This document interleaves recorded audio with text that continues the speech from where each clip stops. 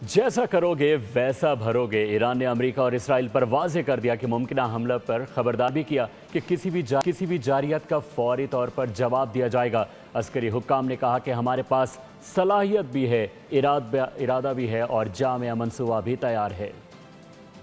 Iran का America और Israel को दो टोक इंतबाह, मुमकिन हमले पर संगीन नताइज से खबरदार कर दिया। खातिबुल अंबिया ब्रिगेड के आला commander major general Ali Abdullahi ने खबरदार किया है कि किसी भी जारियत के नताइज संगीन होंगे और अब हमला करके महफूज निकल जाने का दौर खत्म हो चुका है। मेजर जनरल अली अब्दुल्लाही का कहना है कि गलत अंदाजों पर मबनी किसी भी फौजी कार्रवाई का भरपूर और मौसर जवाब दिया जाएगा। उन्होंने दावा किया कि अमेरिका और इसके इत्तेहादी बखूबी जानते हैं कि किसी भी जंग में इन्हें भारी नुकसान उठाना पड़ सकता है।